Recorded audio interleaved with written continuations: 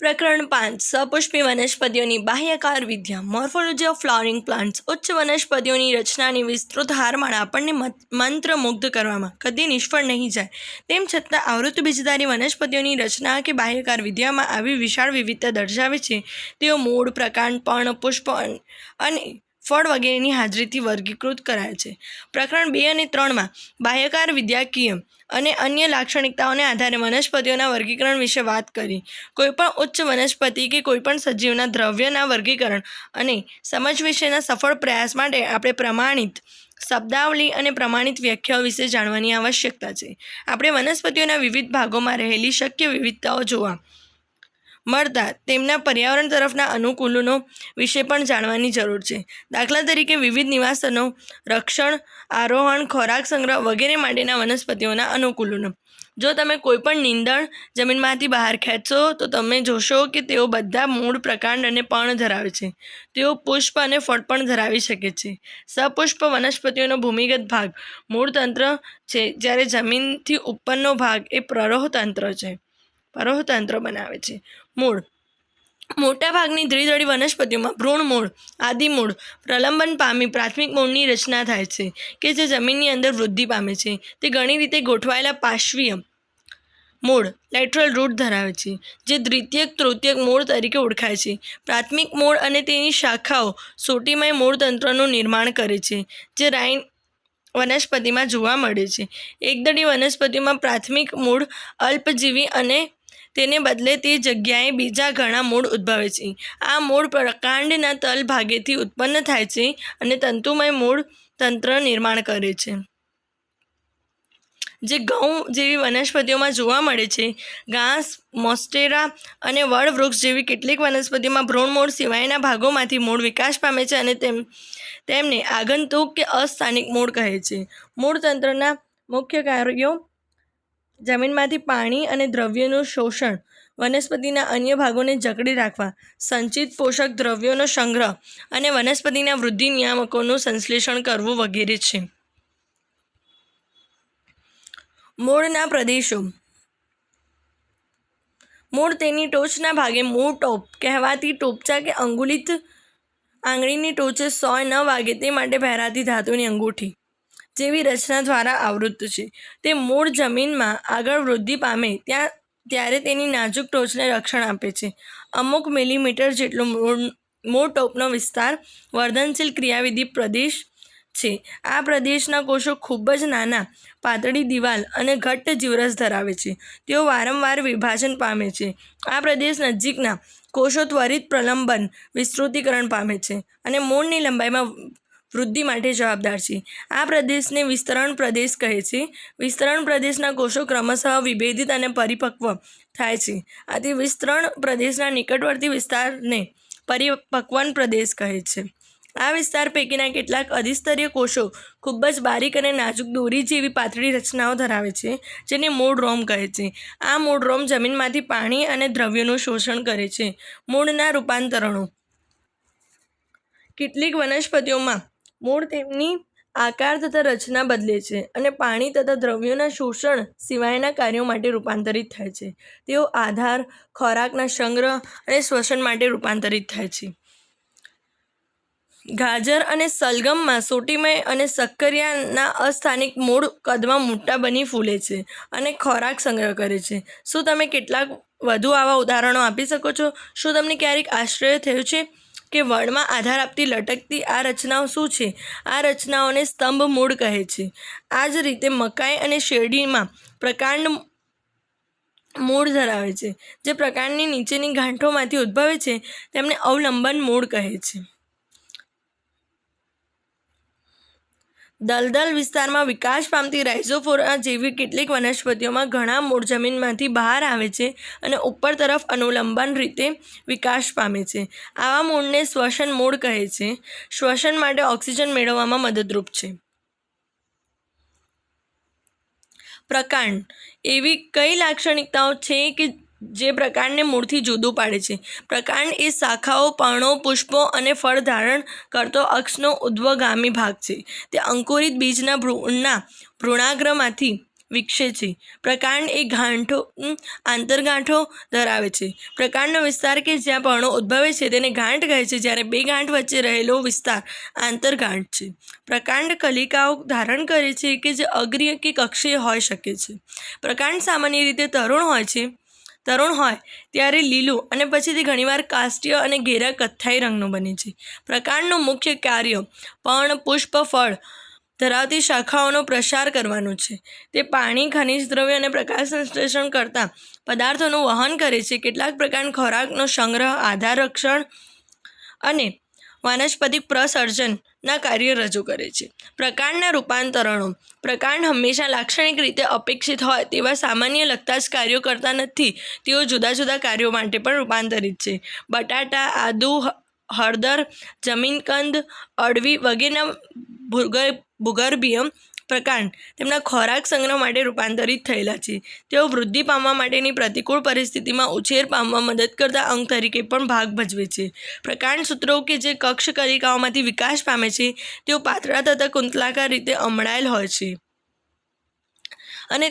અને આરોહણમાં મદદ કરે છે.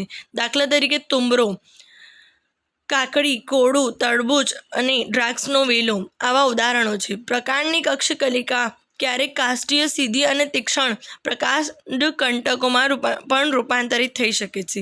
આવા પ્રકાંડ કંટકો લીંબુ અને બોગનવેલ જેવી ઘણી વનસ્પતિઓમાં જોવા મળે છે. તેઓ ચરતા પ્રાણીઓથી વનસ્પતિઓને રક્ષણ આપે છે. શુષ્ક પ્રદેશની કેટલીક વનસ્પતિઓના ચપટા પ્રકાંડ ફાફડાથોડ કે માંસલ નળાકાર યુફોર્બિયા રચનાઓમાં રૂપાંતરિત થાય છે. તેઓ હરિતદ્રવ્ય ધરાવે છે અને પ્રકાશ સંશ્લેષણ કરવા સક્ષમ છે. ઘાસ અને સ્ટ્રોબેરી વગેરે જેવી કેટલીક વનસ્પતિઓના ભૂગર્ભીય પ્રકાંડ નવા નિકેતો કે જીવંત ભાગો તરફ પ્રસરણ પામે છે અને જ્યારે જૂના ભાગો નાશ પામે ત્યારે નવા ભાગોનું નિર્માણ થાય છે. ફુદીનો અને જુઈ જેવી વનસ્પતિઓમાં મુખ્ય ધરીના તલમાંથી ઉપર તરફ પાતળી પાર્શ્વીય શાખા વિકસે છે અને હવાઈ રીતે વિકાસ પામ્યા બાદ થોડાક સમય માટે કમાન આકારે નીચે તરફ વળી જમીનના સંપર્કમાં આવે છે. જળ શૃંખલા અને જળકુંભી જેવી જલીય વનસ્પતિઓમાં ટૂંકી આંતરગાંઠો સહિત પાર્શ્વ શાખા તથા ગુલાબવત પર્ણો ધરાવતી દરેક ગાંઠ અને મૂળનો ગુચ્છ જોવા મળે છે. કેળા અને અનાનસ, ગુલદાઉદીમાં મુખ્ય પ્રકાંડના તલ પ્રદેશ અને ભૂગર્ભીય ભાગમાંથી પાર્શ્વીય શાખાઓ ઉદ્ભવતી જમીનની નીચે આડી વિકાસ પામી અને ત્યારબાદ ત્રાંસી થઈને ઉપર તરફ બહાર આવી પર્ણપરોમાં વિકસે છે. પર્ણ એ પ્રકાંડ પરથી ઉદ્ભવતી પાર્શ્વીય સામાન્ય રીતે ચપટી રચના છે. તે ગાંઠના ભાગે વિકાસ પામે છે. તેના કક્ષમાં કલિકા ધરાવે છે. કક્ષ કલિકા ત્યારબાદ શાખામાં વિકાસ પરિણમે છે. પર્ણો પરોના અગ્રીય વર્ધનશીલ પ્રદેશમાંથી ઉદ્ભવે છે અને અગ્રાભિવર્ધી ક્રમમાં ગોઠવાય છે. તેઓ પ્રકાશ સંશ્લેષણ માટે ખૂબ જ મહત્વના વાનસ્પતિક અંગો છે.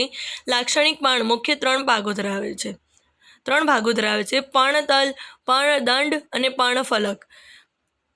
પર્ણ એ પર્ણતલ દ્વારા પ્રકાંડ સાથે જોડાય છે અને ઘણા ખરા બે પાર્શ્વીય નાના પર્ણો જેવી રચનાઓ ધરાવે છે. તેમને ઉપપર્ણો કહે છે. એક દણીમાં પર્ણતલ આવરણમાં વિસ્તરિત થાય છે જે પ્રકાંડને આંશિક રીતે કે સંપૂર્ણ રીતે આવરે છે. કેટલીક સિંબી વનસ્પતિઓમાં પર્ણતલ ફૂલીને મોટું બને છે જેને પીનાધાર કહે છે. પર્ણદંડ એ પર્ણપત્રને પ્રકાશ મળી રહે તે રીતે રાખવામાં મદદરૂપ છે. લાંબો, પાતળો, નરમ પર્ણદંડ એ પર્ણપત્રોને પવનમાં ફરકી શકે તે રીતે અનુબદ્ધ રાખે છે જેથી પર્ણ સપાટીને ઠંડક અને તાજી હવા મળી રહે. પર્ણફલક કે પર્ણપત્ર એ લીલો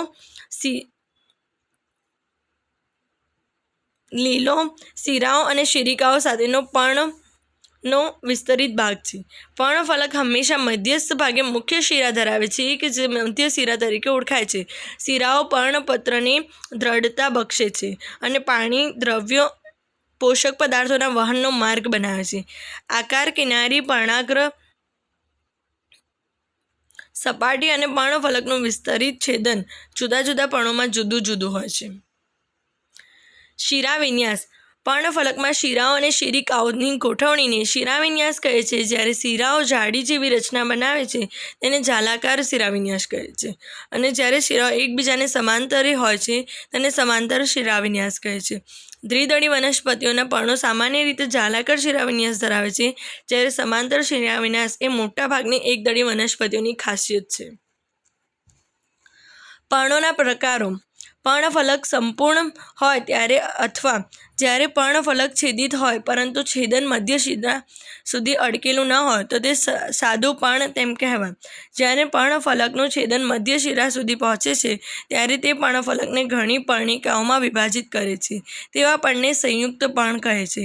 સાદા અને સંયુક્ત પર્ણ બંનેમાં પર્ણદંડના કક્ષમાં કલિકા હાજર હોય છે, પરંતુ સંયુક્ત પર્ણની પર્ણિકાના કક્ષમાં કલિકા હોતી નથી. સંયુક્ત પર્ણો બે પ્રકારના હોઈ શકે છે: પક્ષવત પીંછાકાર સંયુક્ત પર્ણમાં સામાન્ય ધરી પર ઘણી સંખ્યામાં પર્ણિકાઓ હાજર હોય છે. પત્રાક્ષ જે પર્ણની મધ્ય શિરાને અસ્તિત્વ રજૂ કરે છે, દાખલા તરીકે લીમડો. પંજાકાર સંયુક્ત પર્ણમાં પર્ણિકાઓ એક જ સામાન્ય બિંદુ પર્ણદંડની ટોચના ભાગેથી જોડાયેલી હોય છે, દાખલા તરીકે શીમળો. પર્ણવિન્યાસ એ પ્રકાંડ કે શાખા પર પર્ણની ગોઠવણીની વાત છે. તે સામાન્ય રીતે 3 પ્રકારની છે: એકાંતરિત, સન્મુખ અને ભ્રૂમિરૂપ. પર્ણવિન્યાસના એકાંતરિત પ્રકારમાં દરેક ગાંઠ પરથી એકાંતરિત રીતે એક જ પર્ણ વિકસે છે, દાખલા તરીકે જાસૂદ, રાઈ અને સૂર્યમુખી. સન્મુખ પ્રકારમાં એકબીજાની સામે સામે એક ગાંઠ પરથી પર્ણની જોડ વિકસે છે, દાખલા તરીકે આંકડો અને જામફળ. જો એક ગાંઠ પરથી 2 કરતાં વધારે પર્ણો ચક્રાકાર રીતે વિકસે તેને ભ્રૂમિરૂપ પર્ણવિન્યાસ કહે છે, દાખલા તરીકે સપ્તપર્ણી. પર્ણના રૂપાંતરણો: પર્ણો ઘણીવાર પ્રકાશ સંશ્લેષણ કરવા ઉપરાંત અન્ય કાર્યો રજૂ કરવા માટે રૂપાંતરિત થાય છે. તેઓ આરોહણ માટે સૂત્રો વટાણામાં કે રક્ષણ માટે કંઠ થોરમાં રૂપાંતરિત થાય છે. ડુંગળી અને લસણના દળદાર પર્ણો ખોરાકનો સંગ્રહ કરે છે. ઓસ્ટ્રેલિયન બાવળ જેવી કેટલીક વનસ્પતિઓમાં પર્ણો નાના અને અલ્પજીવી છે. આ વનસ્પતિઓમાં પર્ણદંડ લીલો અને ખોરાક સંશ્લેષણ માટે વિસ્તૃત બને છે. કળશપર્ણ અને મક્ષીપાસ જેવી કીટકભક્ષી વનસ્પતિઓમાં પર્ણો રૂપાંતરિત થયેલા છે. પુષ્પવિન્યાસ: પુષ્પ એ રૂપાંતરિત પ્રરો છે કે જ્યાં પ્રરોનો અગ્રીય વર્ધનશીલ પ્રદેશ એ પુષ્પીય વર્ધનશીલ ભાગમાં પરિણમે છે. આંતરગાંઠ વિસ્તરણ પામતી નથી અને અક્ષ સંકોચિત બને છે. સંકોચિત અક્ષની ટોચના ભાગે ક્રમિક ગાંઠ પરથી પર્ણોના બદલે પાર્શ્વીય રીતે પુષ્પીય બહિર્ભૂત ભેદોના વિવિધ ભાગો ઉદ્ભવે છે. જ્યારે પરો અગ્ર પુષ્પમાં પરિણમે ત્યારે હંમેશા તે એકાકી હોય છે. પુષ્પીય અક્ષ પર પુષ્પોની ગોઠવણીને પુષ્પવિન્યાસ કહે છે. ટોચનો ભાગ પુષ્પમાં પરિણમે કે સતત વિકાસ પામતો રહે તેના આધારે પુષ્પવિન્યાસ 2 મુખ્ય પ્રકારોમાં વ્યાખ્યાયિત થાય છે: અપરિમિત પુષ્પવિન્યાસ અને પરિમિત પુષ્પવિન્યાસ.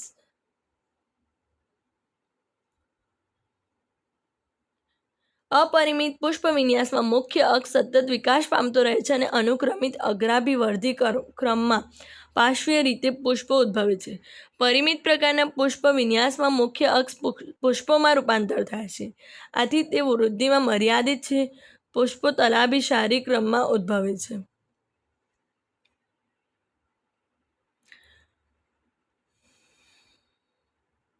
પુષ્પ: આવૃત બીજધારી વનસ્પતિઓમાં પુષ્પ એ પ્રજનનિક એકમ છે. તે લિંગી પ્રજનન માટે જરૂરી છે. લાક્ષણિક પુષ્પ એ ધરી કે પુષ્પદંડના ફૂલેલા છેડા પર ક્રમિક રીતે ગોઠવાયેલા 4 જુદા જુદા પ્રકારના ચક્રો ધરાવે છે, જેને પુષ્પાસન કહે છે. આ ચક્રો વજ્રચક્ર, દલચક્ર, પુંકેસર ચક્ર અને સ્ત્રીકેસર ચક્ર છે. વજ્રચક્ર અને દલચક્ર સહાયક અંગો છે, જ્યારે પુંકેસર ચક્ર અને સ્ત્રીકેસર ચક્ર એ પ્રજનન અંગો છે.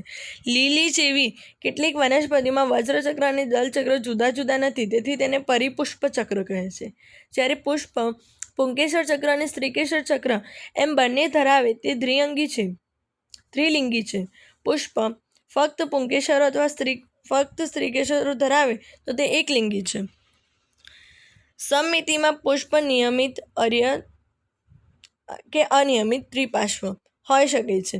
જ્યારે પુષ્પ કેન્દ્રમાંથી પસાર થતી કોઈપણ ત્રિજ્યામાં બે સરખા અર્ય ભાગો વિભાજિત થઈ શકે તેને નિયમિત કહેવાય છે. દાખલા તરીકે રાઈ, ધતુરો, મરચાં. જ્યારે પુષ્પ માત્ર કોઈ એક જ લંબ ધરીથી બે સરખા ભાગોમાં વિભાજિત થઈ શકે તેને અનિયમિત પુષ્પ કહેવાય છે. દાખલા તરીકે વટાણા, ગુલમહોર, વાલ, કેશિયા. જ્યારે પુષ્પ કેન્દ્રમાંથી પસાર થતી કે કોઈપણ લંબ ધરીથી બે સરખા ભાગોમાં વિભાજિત થઈ શકે નહીં તેને અસમિતીય કહે છે. દાખલા તરીકે કેનમ. પુષ્પ ત્રિઅવયવી, ચતુરઅવયવી કે પંચાવયવી હોઈ શકે છે. જ્યારે પુષ્પીય બહિર્ભૂત ભેદો અનુક્રમે 3, 4 કે 5ના ગુણાંકમાં હોય. પુષ્પની સાથે પુષ્પીય દંડના તલભાગે સંકુચિત થયેલ પણ જોવા મળે છે. તેને નિપત્રી પુષ્પ અને નિપત્રો વગેરેના પુષ્પને અનિપત્રી પુષ્પ કહે છે. પુષ્પાસન પર બીજાશયની સાપેક્ષે વજ્રચક્ર, દલચક્ર અને પુંકેસરના સ્થાનને આધારે પુષ્પનો અધોજાયી, પરિજાયી અને ઉપરિજાયી તરીકે વર્ણન કરવામાં આવે છે. અધોજાયી પુષ્પમાં સ્ત્રીકેસર ઉચ્ચ સ્થાને સ્થાન પામેલું છે, જ્યારે બીજા ભાગો તેની નીચે રહેલા છે. આવા પુષ્પમાં બીજાશય ઉચ્ચસ્થ કહેવાય છે. દાખલા તરીકે રાઈ, જાસૂદ અને રીંગણ. જો સ્ત્રીકેસર મધ્યમાન સ્થાને અને પુષ્પના બીજા ભાગો પણ પુષ્પાસન પર એ જ સ્તરે સ્થાન પામેલા હોય તો તેને પરિજાયી કહે છે. આવા પુષ્પમાં બીજાશય અધસ્થ કહેવાય છે. દાખલા તરીકે જરદાળુ, ગુલાબ, આલુ વૃક્ષ. ઉપરિજાયી પુષ્પમાં પુષ્પાસન ઉપર તરફ વિકાસ પામેલું, સંપૂર્ણ રીતે બીજાશયને ઘેરતું અને તેની સાથે જોડાયેલું. અન્ય ભાગો બીજાશયની ઉપરના ભાગે વિકાસ પામેલા હોય. આથી આવા પુષ્પને બીજાશય અધસ્થ કહેવાય છે. દાખલા તરીકે જામફળ અને કાકડી ના પુષ્પો તથા સૂર્યમુખીના કિરણ પુષ્પકો. પુષ્પના ભાગો. દરેક પુષ્પ સામાન્ય રીતે 4 પુષ્પીય ચક્રો ધરાવે છે: વજ્રચક્ર, દલચક્ર, પુંકેસર ચક્ર અને સ્ત્રીકેસર ચક્ર. વજ્રચક્ર એ પુષ્પનો સૌથી બહારનો ચક્ર છે અને તેના સભ્યોને વજ્રપત્રો કહે છે. સામાન્ય રીતે વજ્રપત્રો લીલા રંગના પર્ણ જેવા અને કલિકા અવસ્થામાં પુષ્પનું રક્ષણ કરે છે. વજ્રચક્ર એ યુક્ત વજ્રપત્રી કે મુક્ત વજ્રપત્રી હોઈ શકે છે. દલચક્ર એ દલપત્રોના એકમો ભેગા થઈને બનેલું હોય છે. દલપત્રો સામાન્યતઃ પરાગનયન માટે કીટકોને આકર્ષવા તેજસ્વી આકર્ષક રંગના હોય છે. વજ્રચક્રની જેમ દલચક્ર પણ યુક્ત દલપત્રી કે મુક્ત દલપત્રી હોઈ શકે છે. વનસ્પતિઓમાં દલચક્રના આકાર અને રંગની ખૂબ જ વિવિધતા છે. દલચક્ર એ નલિકાકાર, ઘંટાકાર, ગળનીયાકાર કે ચક્રાકાર હોઈ શકે છે. કલિકાંતર વિન્યાસ. પુષ્પીય ચક્રમાં પુષ્પની કલિકા અવસ્થામાં અન્ય એકમોની સાપેક્ષે વજ્રપત્રો કે દલપત્રોની ગોઠવણીના પ્રકારને કલિકાંતર વિન્યાસ કહે છે. કલિકાંતર વિન્યાસના પ્રકારોમાં ધારાસ્પર્શી, વ્યાવૃત, આચ્છાદિત અને પતંગિયાકાર એટલે કે પિચ્છફલકીય છે. જ્યારે પુષ્પીય ચક્રમાં વજ્રપત્રો, દલપત્રો આચ્છાદિત થયા વગર એકબીજાને ધારે સ્પર્શતા હોય તો તેને ધારાસ્પર્શી કહેવાય છે. દાખલા તરીકે આંકડો. જો બહિર્ભૂત ભેદોના એકમોની એક જ ધાર જે બીજા દ્વારા આચ્છાદિત થતી હોય તો તેને વ્યાવૃત કહે છે. દાખલા તરીકે જાસૂદ અને ભીંડા અને કપાસ. જો વજ્રપત્રો કે દલપત્રોની બંને ધારો એકબીજાથી આચ્છાદિત હોય પરંતુ ચોક્કસ દિશાએથી નહીં, આવા કલિકાંતર વિન્યાસને આચ્છાદિત કહે છે. દાખલા તરીકે કેશિયા અને ગુલમહોર. વટાણા તથા વાલના પુષ્પોમાં 5 દલપત્રો પૈકી એક સૌથી મોટું ધ્વજક જે 2 પાર્શ્વીય દલપત્રકો પક્ષકોને આચ્છાદિત કરે છે કે જેઓ ફરીથી અંદરના 2 સૌથી નાના દલપત્રો નવતલને આચ્છાદિત કરે છે. આ પ્રકારના કલિકાંતર વિન્યાસને પિચ્છફલકીય કે પતંગિયાકાર તરીકે ઓળખાય છે. પુંકેસર ચક્ર. પુંકેસર એ પુંકેસરોના એકમો ભેગા થઈને બનેલું છે. દરેક પુંકેસર કે જે નર પ્રજનન અંગ તરીકે રજૂ થાય છે, જે વૃંત કે તંતુ અને પરાગાશય ધરાવે છે. દરેક પરાગાશય સામાન્યતઃ દ્વિખંડીય છે અને દરેક ખંડ 2 કોટર કે પરાગકોથળી ધરાવે છે. પરાગરજ પરાગકોથળીમાં ઉદ્ભવે છે. વંધ્ય હોય તેવા પુંકેસરને વંધ્ય પુંકેસર કહે છે. પુષ્પના પુંકેસરો દલપત્રો જેવા બીજા સભ્યોની સાથે કે એકબીજાથી પરસ્પર જોડાયેલા હોઈ શકે છે. જ્યારે પુંકેસર દલપત્ર સાથે જોડાયેલા હોય ત્યારે તેને દલ લગ્ન કહે છે. દાખલા તરીકે રીંગણ. જ્યારે પુંકેસર પરિપુષ્પ પત્ર સાથે જોડાયેલા હોય તો તેમને પરિલગ્ન પુંકેસર કહે છે. દાખલા તરીકે લીલી. પુષ્પમાં પુંકેસરો એકબીજાથી છૂટા મુક્ત પુંકેસરી હોઈ શકે છે કે જે વિવિધ અંશે જોડાયેલી યુક્ત પુંકેસરી હોઈ શકે છે. પુંકેસરો એક જ ગુચ્છ કે જથ્થામાં ભેગા થયેલા હોય છે તેને એક ગુચ્છી કહે છે. દાખલા તરીકે જાસૂદ, અથવા બે ગુચ્છમાં હોય તો દ્વિગુચ્છી. વટાણા કે બે કરતાં વધારે ગુચ્છમાં હોય તો બહુગુચ્છી. દાખલા તરીકે લીંબુ. પુષ્પની તેમના તંતુની લંબાઈમાં વિવિધતા હોઈ શકે છે. દાખલા તરીકે સાલ્વિનિયા અને રાઈ. સ્ત્રીકેસર ચક્ર. સ્ત્રીકેસર ચક્ર એ પુષ્પનો માદા પ્રજનન તંત્રનો ભાગ છે અને એક કે વધુ સ્ત્રીકેસરોના બનેલો છે. સ્ત્રીકેસર 3 ભાગો ધરાવે છે: પરાગાસન, પરાગવાહિની અને બીજાશય. બીજાશય તલ ભાગે વિસ્તૃત છે, જેની ઉપર નલિકા જેવો ભાગ લંબાયેલો છે તે પરાગવાહિની છે. આ પરાગવાહિની બીજાશયને પરાગાસન સાથે જોડે છે. પરાગાસન સામાન્યતઃ પરાગવાહિનીની ટોચ પર હોય છે અને તે પરાગરજ માટેની ગ્રાહી સપાટી છે. દરેક બીજાશય એક કે વધારે અંડકો ધારણ કરે છે જે સપાટ ગાદી જેવા જરાયુથી જોડાયેલા છે. જ્યારે એક કરતાં વધારે સ્ત્રીકેસરો હાજર હોય અને તેઓ મુક્ત હોઈ શકે છે તેને મુક્ત સ્ત્રીકેસરી કહે છે. કમળ અને ગુલાબ. જ્યારે તેઓ જોડાયેલા હોય તેને યુક્ત સ્ત્રીકેસરી કહે છે. રાઈ અને ટામેટાં. ફલન બાદ અંડકો બીજમાં વિકસે છે અને બીજાશય પરિપક્વ થઈ ફળમાં પરિણમે છે. જરાયુ વિન્યાસ. બીજાશયની અંદર અંડકોની ગોઠવણી જરાયુ વિન્યાસ તરીકે ઓળખાય છે. જરાયુ વિન્યાસ જુદા જુદા પ્રકારના છે જે ધારાવર્તી, અક્ષવર્તી, ચર્મવર્તી, તલસ્થ, કેન્દ્રસ્થ અને મુક્ત કેન્દ્રસ્થથી નામાંકિત છે. ધારાવર્તી જરાયુ વિન્યાસમાં બીજાશય વક્ષ શેવની એ જરાયુ નિર્માણ પામે છે અને આ ધાર પર 2 હરોળમાં અંડકો ઉદ્ભવે છે. દાખલા તરીકે વટાણા. જ્યારે જરાયુ અક્ષીય હોય અને અંડકો જરાયુ સાથે બહુકોટરીય બીજાશયમાં જોડાયેલા હોય તો તે જરાયુ વિન્યાસને અક્ષવર્તી કહે છે. દાખલા તરીકે જાસૂદ, ટામેટાં અને લીંબુ. ચર્મવર્તી જરાયુ વિન્યાસમાં અંડકો બીજાશયની અંદરની દિવાલ પરથી કે તેના પરિઘવર્તી ભાગ પરથી વિકાસ પામે છે. બીજાશય એક કોટરીય છે પરંતુ કૂટપટના નિર્માણના કારણે દ્વિકોટરીય બને છે. દાખલા તરીકે રાઈ અને દારૂડી. જ્યારે અંડકો કેન્દ્રસ્થ ધરી પર ઉદ્ભવે અને પડદા ગેરહાજર હોય તેવા જરાયુ વિન્યાસને મુક્ત કેન્દ્રસ્થ કહે છે. દાખલા તરીકે ડાયન્થસ અને પ્રાઇમરોઝ. તલસ્થ જરાયુ વિન્યાસમાં બીજાશયના તલ ભાગેથી જરાયુ વિકાસ પામે છે અને એક જ અંડક તેની સાથે જોડાયેલા હોય છે. દાખલા તરીકે સૂર્યમુખી અને ગલગોટા. ફળ એ સપુષ્પી વનસ્પતિઓની દેખીતી લાક્ષણિકતા છે.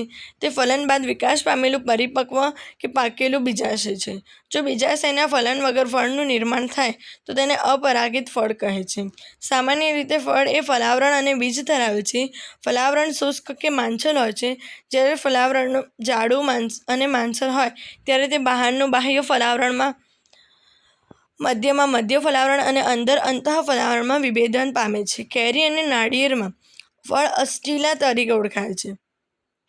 તેઓ એક સ્ત્રીકેસરી ઉચ્ચસ્થ બીજાશયોમાંથી વિકાસ પામે છે અને એક જ બીજ ધરાવે છે. કેરીમાં ફલાવરણ એ બહાર પાતળા બાહ્યાવરણ, મધ્યમાં માંસલ ખાવાલાયક મધ્યાવરણ અને અંદર કઠણ અંતઃ ફલાવરણમાં સારી રીતે વિભાજિત છે. નારિયેળમાં કે જે પણ અસ્ટિલ છે તેમાં મધ્યાવરણ રેસામય તંતુમય છે. બીજ. ફલન બાદ અંડકો બીજમાં વિકાસ પામે છે. બીજ એ બીજાવરણ અને ભ્રૂણનું બનેલું છે. ભ્રૂણ એ ભ્રૂણમૂળ, ભ્રૂણધરી અને એક બીજપત્ર ઘઉં, મકાઈ કે 2 બીજપત્ર ચણા, વટાણાનો બનેલો છે. દ્વિદળીઓમાં બીજની રચના.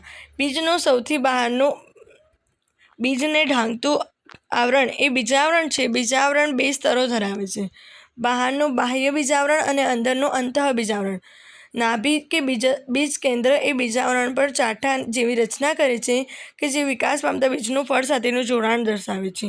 નાભીની ઉપર નાના છિદ્ર જેવી રચનાને બીજ છિદ્ર કહે છે.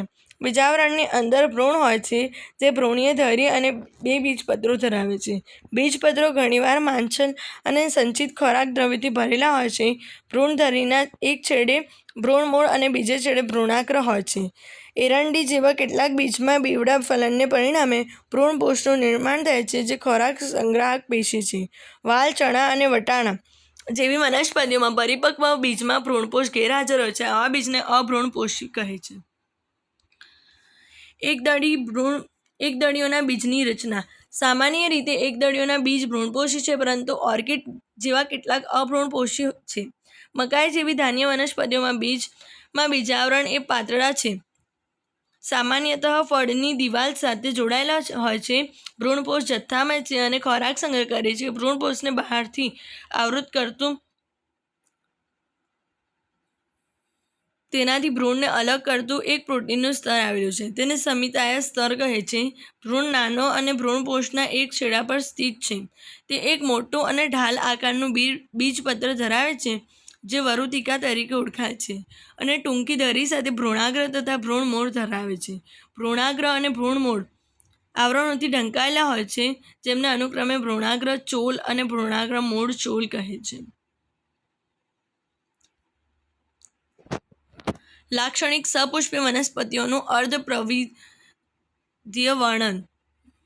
સપુષ્પી વનસ્પતિઓનું વર્ણન કરવામાં વિવિધ બાહ્યકાર લક્ષણોનો ઉપયોગ કરવામાં આવે છે. વર્ણન સંક્ષિપ્તમાં, સરળ અને વૈજ્ઞાનિક ભાષામાં તથા ચોક્કસ ક્રમમાં પ્રસ્તુત થવું જોઈએ.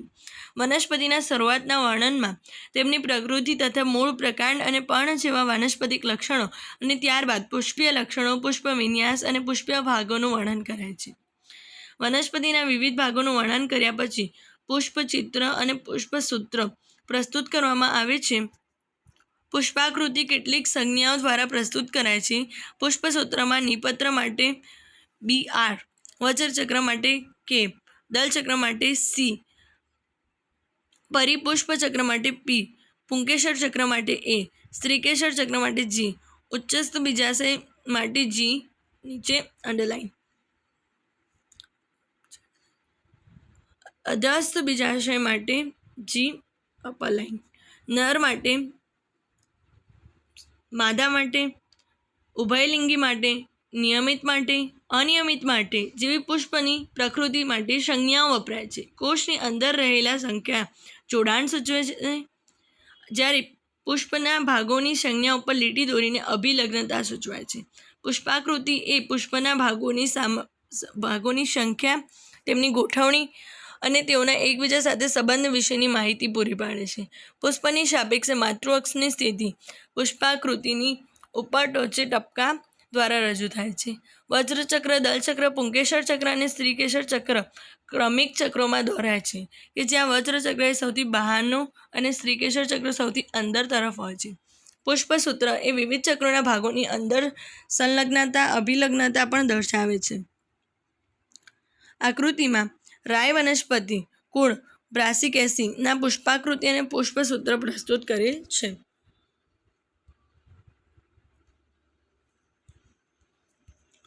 કેટલાક અગત્યના કુળોનું વર્ણન. ફેબેસી. આ કુળ પહેલા પેપિલિયોનોઇડી કહેવાતું અને લેગ્યુમિનોઝી કુળનું ઉપકુળ હતું. તે વિશ્વમાં બધે વિસ્તૃત છે. વાનસ્પતિક લક્ષણો: વૃક્ષ રૂપ, છોડ, મૂળગંડિકાઓ સાથેના મૂળ. પ્રકાંડ: ટટ્ટાર, સીધી કે વેલા સ્વરૂપી. પર્ણો: એકાંતરિત, પક્ષવત, પીંછાકાર, સંયુક્ત કે સાદા, પર્ણતલ, પર્ણવૃંતતલીય, ઉપપર્ણીય, જાલાકાર શિરાવિન્યાસ.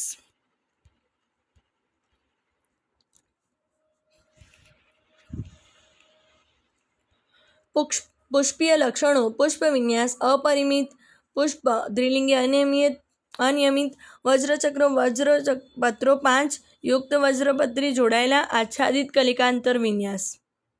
દલચક્ર દલપત્રો 5, મુક્ત દલપત્રી, પતંગિયાકાર, પશ્વભાગે ધ્વજક, 2 પાર્શ્વીય પક્ષકો 2 અગ્રભાગે જોડાઈને એક નોતલ બનાવે. પુંકેસર અને સ્ત્રીકેસરને ઢાંકતા. પિચ્છફલકીય પતંગિયાકાર કલિકાંતર વિન્યાસ. પુંકેસર ચક્ર 10ની સંખ્યામાં દ્વિગુચ્છી પરાગાશય દ્વિશાખી. સ્ત્રીકેસર ચક્ર બીજાશય ઉચ્ચસ્થ એક સ્ત્રીકેસરીય એક કોટરીય કોટરમાં ઘણા અંડકો ધરાવતા પરાગવાહિની એકલ. ફળ સિંબી. બીજ એક કે ઘણા અભ્રૂણપોષી. પુષ્પસૂત્ર.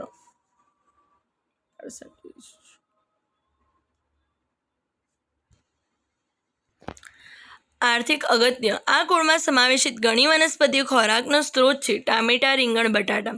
મસાલા તરીકે મરચાં. ઔષધ બેલાડોના, અશ્વગંધા, ધુમક. તમાકુ. સુશોભન માટે પેટ્રુનિયા. લીલિએસી. તેને સામાન્ય રીતે લીલીનું કુળ કહે છે. તે એકદળી વનસ્પતિઓની લાક્ષણિકતાઓનું પ્રતિનિધિત્વ કરે છે. તે વિશ્વમાં બધે વિસ્તરિત છે. વાનસ્પતિક લક્ષણો: ભૂગર્ભીય કંદો, વજ્રકંદો, ગાંઠા મૂડી સાથેના બહુવર્ષાયુ છોડ. પર્ણો મુખ્યત્વે તલસ્થ, એકાંતરિત, રેખીય, અનુપર્ણીય, સમાંતર શિરાવિન્યાસ ધરાવતા. પુષ્પીય લક્ષણો: પુષ્પ વિન્યાસ એકાંકી, પરિમિત, ઘણીવાર છત્રક જેવા ગુચ્છમાં. પુષ્પો દ્વિલિંગી, નિયમિત. પરિપુષ્પ ચક્ર. પરિપુષ્પ પત્રો 3+3 ના એકમોમાં ઘણીવાર ભેગા થઈને નલિકાકાર રચના બનાવે. તારાસ્પર્શી કલિકાંતર વિન્યાસ. પુંકેસરો 3+3 ના એકમોમાં. સ્ત્રીકેસર ત્રિકેસરીય. ત્રિસ્ત્રીકેસરીય યુક્ત સ્ત્રીકેસરી બીજાશય ઉચ્ચસ્થ ત્રિકોટરીય કોટરમાં ઘણા અંડકો હાજર. અક્ષવર્તી જરાયુ વિન્યાસ. ફળ પ્રાવર, ભાગ્યે જ અનસ્ટીલા. બીજ ભ્રૂણપોષી. પુષ્પસૂત્ર.